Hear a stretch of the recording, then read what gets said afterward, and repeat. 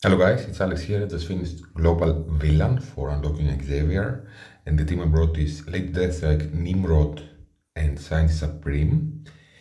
Their orchids are great. They can have some uses elsewhere. What I'm finding with both Late Death like, and Lady and Science Supreme and other characters, if you, it's a good argument to make that because they new characters gain a lot of stats here. They gain very minimal stats by getting gear 20.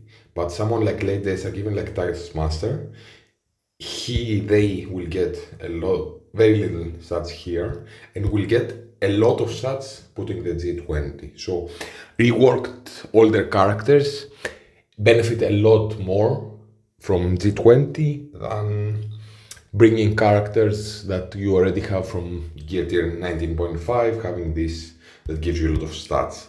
So late days like and late Science Supreme is another reason for you to bring them like this. Late days is very cheap. Value elsewhere as plug and play. Nimrod is the best character in my opinion from Orchis and does a lot of damage. Science Supreme can be plug and play. With her revives, although she's slow, after she takes her first turn, or even like putting out slows and defense down to the opponents. If your team has a immunity spawn or is like Blade that flips the speed down to speed up. I also brought Juggernaut Zombie and Omega Red Phoenix Force. And well, let's show the notes. The notes are very easy, guys. You can see here there's some characters that can look a bit scary, especially Black Knight, because you think, okay, if I bring an older character pre-Ares, they can get rolled, but your Orchis will go first. The only note that scared me is this one here, because if you go in here and you open with Scientist Supreme Ultimate, she will. Let's show what happens very quick. It's a very easy note. You do a lot of damage with your Orchis characters. Even Zombie Juggernaut did crazy amounts of damage that I wasn't expecting. Him having kinda older stats. So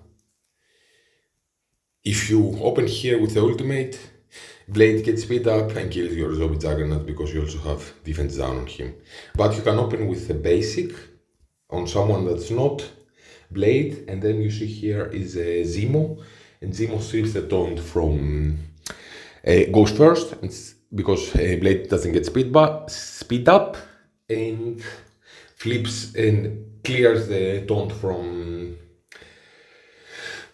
Juggernaut, and then Blade can hit someone else. I didn't have to reset because Blade didn't hit a Zombie Juggernaut by this, and then the other people survived.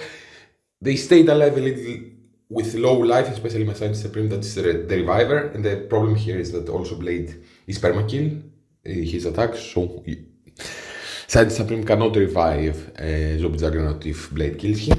But otherwise, there's like just 5 simple nodes that you can even put on auto. This can look on paper a little bit scary, but you go first and you do a lot of damage and you kill them.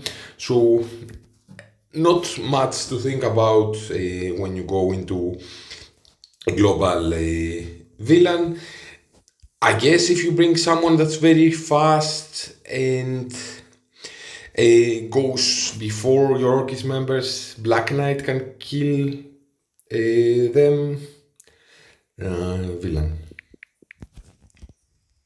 On a note that there are 2 Black Knights. But otherwise, you also have Science Supreme reviving, you have Nimrod and Late Days doing crazy amount of damage, going fast by the speed up they gain from Science Supreme. And even like Omega Red Phoenix Force at this size, or someone like Zombie Juggernaut, they survive and they do crazy amounts of damage. And it's very easy, so not much to think about. The main reason I brought Zombie Juggernaut is because he's cheap. He only takes 2 pieces. He also has a little bit of plug and play for Crucible as a pre-taunt, so you kinda want him to have bigger stats. And he's the pre-taunt, the tank, and the main damage dealer if you don't have a massive Zombie Scarlet Witch for Undying in War. That Undying will get a new member, so they will stay alive longer. Highly recommend this team. If you bring Zombie Juggernaut, as I said, you need to finance a little bit the node with Blade, but otherwise a very easy global villain.